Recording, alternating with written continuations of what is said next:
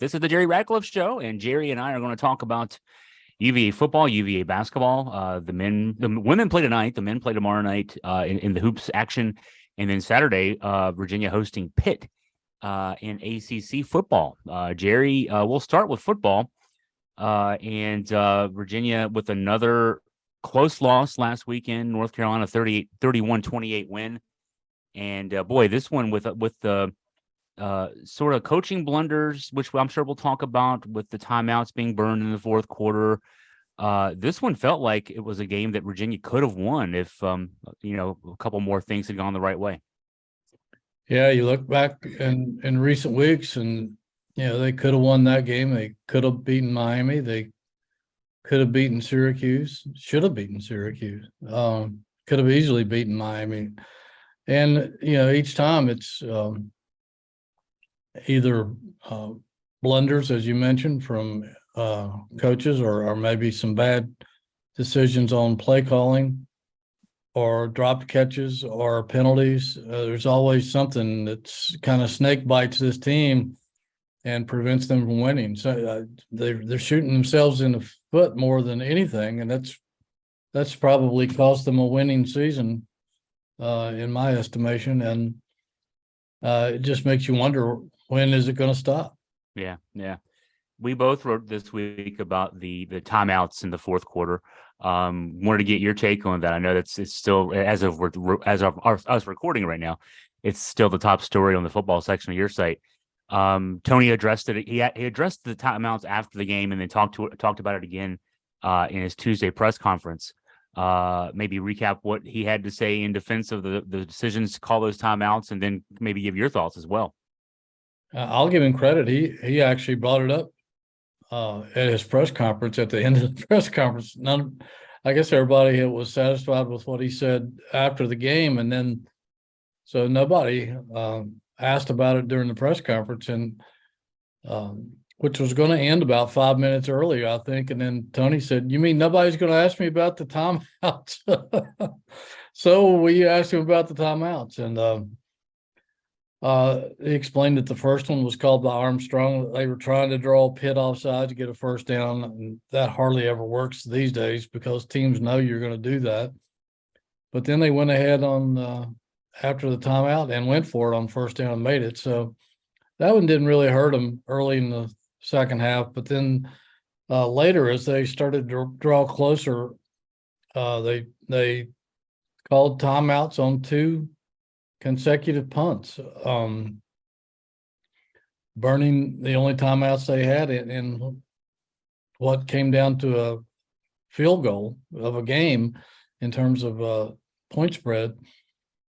And most of us thought, instead of burning the timeout, just take a 5-yard penalty and punt it. And I guess they weren't in the right punt play call formation or whatever on the second one. And the third one, we're still mystified as to why they called that one. But it ended up that they scored, got within 3 points with a little over 3 minutes left, tried the onside kick because they had no timeouts left. Otherwise, they would have kicked it deep and taken their chances, put it on the shoulders of the defense, which had just stopped Carolina on a fourth down. Instead, they onside kicked. I think you and I, in our conversation this week, you said there was something like a 12% chance of recovering an onside kick. So they did not. Carolina got the ball at the Virginia 23 thanks to a penalty during the onside kick, and drove down to the 3 or 4 yard line and simply ran out the clock. And there was no way Virginia could stop the clock. My sense, having read through the transcript, I read through it a couple times. There was a question earlier in the press conference where it's interesting that he said at the end he didn't get asked a question about it, because he actually answered a question about the timeout that Armstrong called on the 4th and 1, where he explained the thinking there, which, as you said, nobody falls for the 4th and short offsides. It's so rare to see that. I'd love to see a percentage on that, but to me, that's a waste of timeout as well. But then the 2 punts, it seemed like he indicated, he said, he said something about we were in a risky play call.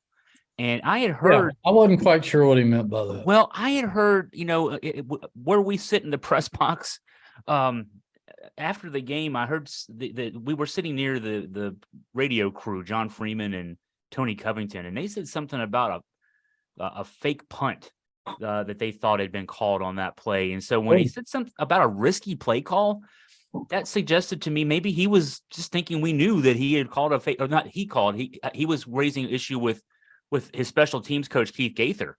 So, because what else would there be a risky play call on 4th and 2 at your own 22? Yeah, that's what I was thinking, because that's the only risk that I see, is that sometimes it's an automatic thing that if the defense punt return team lines up a certain way, then the punter or whoever makes that decision says, okay, they're in that look, and when they're in that look, we're supposed to fake it. And so even if you're like third and I don't know what it was, but it was 4th and 2 at the 20. The first one was 4th and 2 at the 22. Yeah. I mean, I know it's 2 yards, but you're lined up 14 to 17 yards behind the line of scrimmage. So unless you're going to throw it, that's a long way for a punter to run deep in his own territory. And so if that's the case, and they were in fake punt protocol, then I can understand why they would call that, because there's little chance of getting a first down there. Yeah, but it's still the same thing you said earlier applies. Just call time, or not call time. I'll take 5-yard penalty. Well, yeah. Stand on the sidelines, wave your hands. I mean, they have the kids holding those big pictures up over their heads to signal the play in. I loved how one of them's an anchor man, one of them's like I think Justin Bieber. I mean, hold up whatever sign you got to hold up over those kids' heads to say, don't snap the ball. I mean, run out on the field and do whatever you got to do. But the second one looked like it was just somebody. He even said so that somebody was subbing out, that the person who was supposed to sub in for them didn't go into the game like they were supposed to. That was 4th and 10 at the 32. So. Right. To me, there's got to be some number. I looked everywhere I could. I did searches. I read way too much this weekend on analytics websites. And the funny thing is, I didn't find anything about trying to give a value of a timeout versus 5 yards on a punt. Like most of the time when you find these analytics websites, they calling timeouts, they're thinking about 3rd and inches. If it's 3rd and inches and you don't have the right play called, call timeout. 4th and 2, you're still going to punt the ball no matter what. The onside kick was also, he explained his thinking there. He seemed to think, like as he was explaining it, that it were 3 minutes left. And if you run, 3 plays, 40-second play clock, that's 2 minutes, a few seconds for each play. That's probably 15 or 20 seconds. He was saying that we'd have 30 seconds left, we being Virginia, having 30 seconds left if we got the 3 and out. I'll quibble a little bit, 45 to 50 seconds more likely. And plus, if you stop them on their side of the field, you're probably getting the ball back around your 30, and you got to get about 30 yards to get in, or 30 to 40 yards to get in reasonable field goal range. Anyway, not very good analytics as far as I'm concerned there, but at least he did address it a second time. Yeah, I'll give him credit for that. He hasn't dodged any questions from us all year under any adverse circumstances, so I'll give him credit for that. But again, it was a game they could have won. Now they're sitting here at 3-6 overall with 3 games to play, 1-5 in the conference, hosting a Pitt team which has had their number over the years. Pat Narduzzi, Pitt's coach, owns a 5-1 record against Virginia. And except for the Kenny Pickett last couple of years, Pitt has usually beaten Virginia with a more physical game, very physical offensive power running game, big linemen, and physical defense. And that's what Pitt has returned to. I don't think Narduzzi and his offensive coordinator the last few years, Mark Whipple, saw eye to eye. Whipple was a throw it now and ask questions later kind of guy, and he's gone on to somewhere else. And I think so one of the Signettis is the Yeah, that's right. That's right. offensive coordinator now, I believe, and That's right. they have gone back to power football, and we'll see how that works. But the Virginia is I think 4.5 point underdog. I'm sure they will be underdogs next week against Coastal Carolina here, and if that's the case, who knows what they might be going to Blacksburg between now and then. But I would think they would be underdogs in Blacksburg just because it's Blacksburg. But we were asking Tony about you have an opportunity to win 3 games and still get bowl eligible, still have a winning season should you get to a bowl and win it. And we asked him if he ever mentions that to his team, and he said he's not trying to put any pressure on his team. So obviously they're not talking much about that.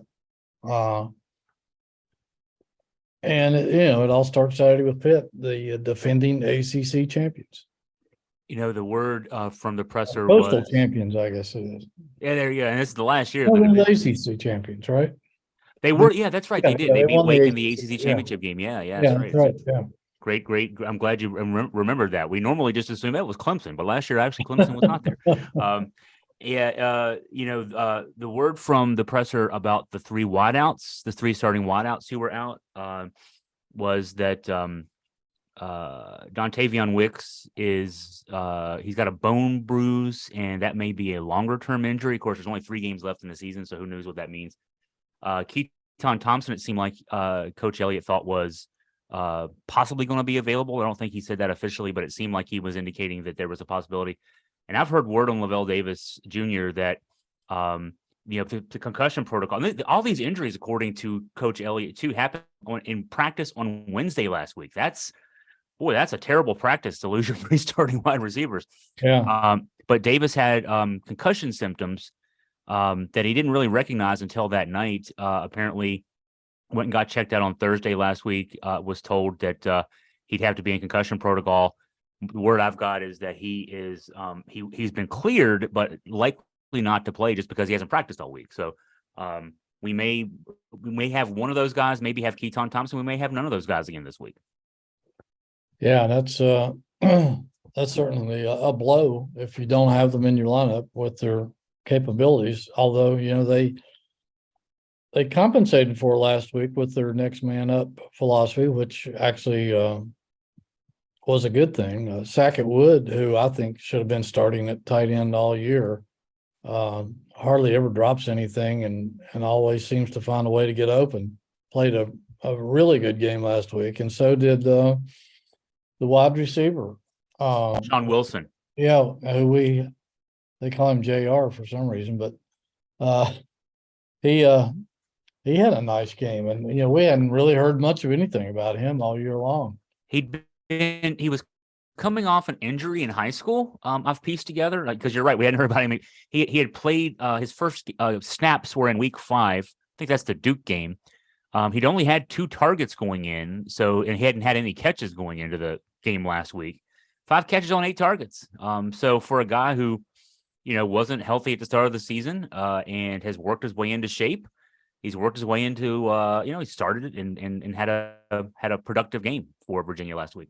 Yeah, and Sackett Wood was targeted 8 times and had 6 catches for 94 yards, including 49 yards after catch, which has impressed me the way he's able to run after catch. And then Starling was actually targeted 6 times and only had 1 catch, but it was for 40 yards and in a big play for Virginia. And they're going to get a Charlottesville kid back. He's been cleared to play, Malachi Fields, who wide receiver from Monticello High School, who went down with an ACL in the spring and has been cleared to come back and play, Chris, which is pretty amazing to me that you could come back that fast. But we don't know. Apparently he's been doing some conditioning work to try to get in game shape, and he finished last season with a bang. He made some nice catches and always seemed to get open, and he was a deep threat too. But I don't know how much workload he'll get considering circumstances, but that's another available receiver that they'll have.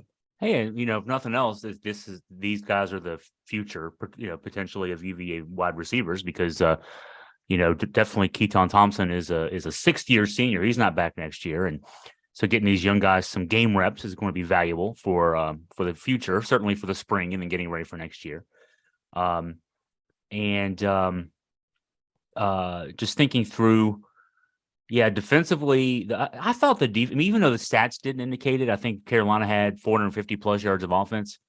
I thought the defense did a solid job. They were on the field a lot because the offense had some lulls, and they certainly did the job in the fourth quarter. They after Carolina went up 31-21 on its first drive, it kind of spanned the end of the third quarter, start of the fourth quarter.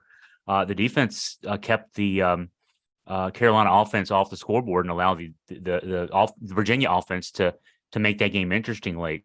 So, consider, and that Carolina offense is really good. So to keep them off the scoreboard for the most part in the fourth quarter in a tight game speaks volumes. Yeah, they really held Drake May and Josh Downs down in the first half. May's numbers at halftime were pretty dreadful considering what he's done this season. They found some chemistry in the second half and really got things popping. But it was hard, and that made it hard on Virginia's defense because they couldn't get off the field on third down. Carolina kept converting third downs most of the second half, and that was a big difference in the game, I thought. Yeah, Carolina was converted its first 4 third down opportunities, scored on its first 3 drives. So great adjustments at halftime. Give the coordinator their credit. Virginia Longo I wasn't sure what he was going to be like when he came to Carolina, but that guy has really impressed me. I think he's got to be one of the best offensive coordinators in the country, developing Sam Howell and now Drake May, and who's putting up incredible numbers for a true freshman. And Josh Downs is going to be, he's now made 2 quarterbacks reputations. That young man's going to play in the NFL. He made Sam Howell look really good the last couple of years, and now certainly he had 15 catches on 16 targets in the game against Virginia last week. And Virginia's secondary is one of the better secondaries in the ACC. So he especially in the second half, really found the seams and got open and made. And doesn't drop the ball. He's got good hands too. So the game on Saturday is a noon kickoff. You mentioned Pitt is back to its roots, the Narduzzi roots. They're big. They'll run the ball, and the turf will probably be. I mean, I know that the field at David A. Harrison, the third field at Scott Stadium, is got that multi-million-dollar drainage system under it. We've got a tropical storm coming through tomorrow, and it'll wrap up early Saturday morning with a noon kickoff. I imagine it'll still be a pretty wet turf out there, so it'll be to the advantage of a team that can run the ball well, and Pitt does that, but Virginia actually against North Carolina at least. I know Carolina they got the 14th ranked defense in the ACC despite that 8-1 record, but Virginia ran the ball pretty effectively. So we might see a kind of a old fashioned 3 yards. I'd say in a cloud of dust, maybe 3 yards in some mud kind of game on Saturday. Yeah, you're right, and I expect Mike Hollins will get the bulk of those carries if Virginia is able to put together a running game. Paris Jones missed last week with some issues, and even though he's been cleared to return this week, sounded like he would be limited maybe to special teams, and that Hollins would be the featured back with Ronnie Walker picking up the other carries and maybe Xavier Brown a little bit for Virginia's running attack. So Mike Hollins actually played a pretty decent game last week.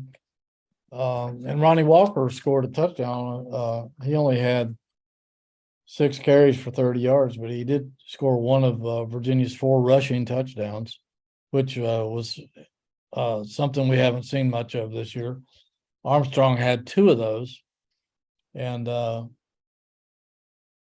Xavier Brown had 1. Mike Hollins actually was the leading carrier with 16 rushes for 75 yards, and Armstrong's 12 rushes for 64 net yards. So Armstrong continues to be a two-way threat for opposing defenses. But Pittsburgh's 5-4 overall, 2-3 in the league, and I don't think that they really have a shot at winning the Coastal. But I imagine that they feel like that they've owned Virginia pretty much over the last 6 years, and will come in here pretty confident. They have, frustratingly so for UVA fans. They have really it seems like those games always come down to a chance for one or the other to win the division, and Pitt has largely dominated that series the last few years, as you mentioned. I was going to mention about Brennan Armstrong. He has obviously struggled this year passing the ball, the new offense, the timing offense not working for him. But I'll tell you what, and anybody that wants to question that young man and his grit on that last touchdown, the 8-yard scramble. Yes. I mean, he just ducked his head and ran through guys into the end zone, literally caution to the wind kind of thing. I mean, he could have been, he threw his head down to a point where he could have been injured on that play. That's how bad he wanted to score that touchdown for this team. So yeah, he's struggling this year, but the kid still wants to win. He was not going to be stopped on that play, no matter what. It would have taken the whole Carolina defense to keep him out of the end zone, I think. But yeah, I admire his fight. We've always knew he was a very fiery guy. And we've seen that over the years. And this year we've continued to see it, even though he's playing frustrated. He hasn't given in an inch. And yeah, he might not be putting up last year's numbers, but it's not because he's not trying. And he's doing everything he can, I think, to make this offense work, and it just isn't where anybody wants it to be. So if we might have wrapped up football there, if maybe switched to basketball, and we'll mention that the women opened with a nice win over George Washington Monday night, pulling away in the fourth quarter to win pretty handily on the final score there. We were both there for the men's game with North Carolina Central, and the final score might not be what fans would have expected. Virginia won by 12. Actually, after having a 16-point lead in the first half, North Carolina Central rallied to take a very brief lead in the second half before Virginia went on a big run to take control. But I'd say there were a lot of things that fans could be excited about after seeing this team play. I wanted to get your initial impressions of what you thought from Monday night. Yeah, I thought North Carolina Central was a well-coached team and with some talent. They had the returning MEAC Player of the Year, I think, and another kid. Both of them put up a lot of points. And Tony mentioned several times in his postgame that North Carolina Central runs some really nice actions, particularly in the middle of the floor. And those guys didn't quit. They played hard. They could have thrown in the towel when they got down, and JPJ never really came alive that night until they did fall behind 44-43, and then Virginia put on a 15-2 run and pretty much took control of the game with a big three by Kihei, and then a steal and coast-to-coast dunk by Reese Bigman, and that really got the crowd up going, and they never looked back, so to speak. But Virginia had a little scoring lull like we've seen so many times in the past, and that cost them a little bit. But I think overall the defense is a little better than it was a year ago, and it will only get better. I think they showed that they have more scoring options than a year ago and more depth, which we knew going in. And it's starting to it will evolve as we go. I think Tony already kind of has a rotation in mind, and that can fluctuate depending on how guys practice from week to week and perhaps matchups with whatever team they're playing. But it was pretty much about what I expected. I thought they might win by a little bit more than they did, but then again, it was opening game early, and Carolina Central came to play. You talked about the rotations. Certainly no surprise. The starting five was pretty much what you would have expected. Reese Beekman and Kihei Clark and Armand Franklin in the backcourt, Jaden Gardner alongside Caden Shedrick in the front court. First guard off the bench was one of our favorites, just because we've had him on the podcast a number of times, Isaac McNeely, who got 23 minutes and seemed to play pretty solid. Had just one made basket, a three-pointer, but it was on the floor a lot in ball handling situations, and that was pretty important. Tane Murray just got 2 minutes in the game, came in the first half for a brief time. And then front court, you had Caden Shedrick play 27 minutes at center. Francisco Cafaro had a very efficient 10 minutes. He scored 10 points in 10 minutes. Yeah. Both those guys, in fact, had double digits in scoring. And then Jaden Gardner had an off night offensively. He had just 3 points, but he had 9 rebounds. And then Ben Vanderplas got some good minutes, hit a couple threes, showed his versatility, had some nice rebounds, a block shot, and also got a few minutes. There were 3 minutes. When I went back through the play-by-play, there were 3 minutes where Tony played Gardner and Vanderplas beside each other, sort of a small unit, if you want to say, because those Gardner's 6'6" and Vanderplas is 6'8", playing without a center, just to get a sense of what that looks like, because I think you'll see that lineup throughout the season. So, I think that's part of this too, that Tony is still, it's the first game of the season. He was still experimenting a bit with, how he's going to put guys together combination wise. And, the alchemy there is kind of interesting. I mean, Virginia was 11 of 25 from three. They got some good looks from the 3-point line. They had a couple others that just rimmed out that, they could have been over 50%. They got to the foul line an awful lot, which was very nice. That's been an issue for this team for years, is that, they just don't get to the foul line. I think they shot 30 free throws in this game. So a lot of good stuff to me offensively coming out of this game. And yeah, the defense will get better as the season goes on, as these guys learn to play with each other. So yeah, all things told, I felt like that was a pretty good first effort. Yeah, I agree. I mean, you look at Gardner and Shedrick, they were 7 of 9 at the free throw line, and Franklin was 7 of 8. And those guys are going to get fouled, I think. And that's a good way for this team to make up a big difference in points at the free throw line. And the 11 threes, I think, was the most. I don't think they ever had 11 3-pointers in any game last season. So they're already ahead in that department. Yeah, I think Gardner, I don't know, maybe it was because his dad was there or something. He might have been nervous, but yeah, he didn't have his best offensive game. He was 0 for 4.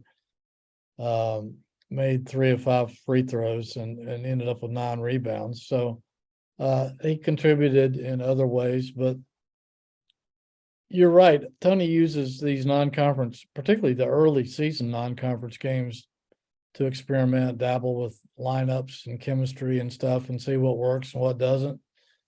So when he gets into the bigger games, not only in the conference, but some of these big non-conference games that are coming up, he'll have a better idea of what will work against what kind of systems and who plays well together and that sort of thing. So I don't think we can read a lot into these really early non-conference games, but because he's in his laboratory trying to figure things out.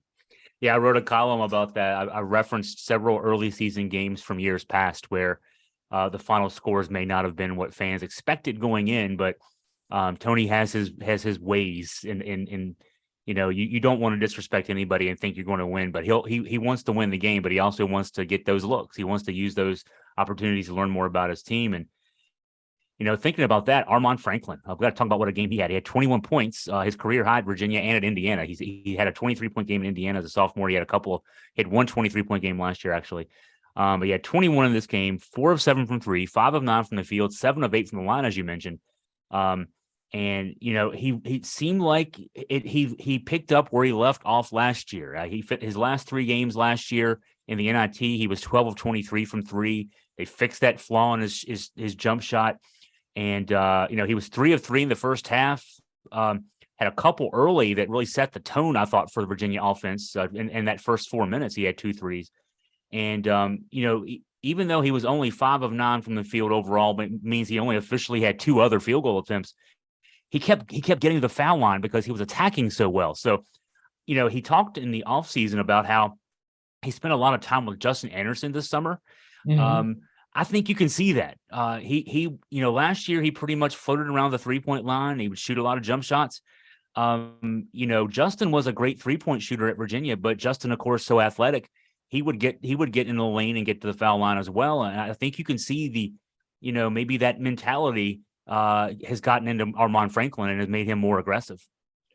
Yeah, and Justin made a huge jump between his sophomore and junior year too, particularly with his shot, simply because he worked so hard on it. And I think he probably rubbed off some of that onto Franklin and showed him the way, which is only a good thing because, last year he struggled so much with his shot till they found a mechanical flaw, I guess going back looking at video late in the season. And they corrected it, and he shot pretty well from that point on. So he's kind of picked up where he left off. And you're right about, he drew a lot of fouls. He was fouled 7 times, 3 more than anybody else on the team. So I think we're going to see him going to the line a lot. And when you're making 7 of 8, that's pretty darn good. So I think he's going to turn into quite an offensive weapon that this team certainly needs. And we both admit to each other and to our listeners, we don't know much about Monmouth. The game tomorrow night. It's a 9:00 tip, so a late tip tomorrow night.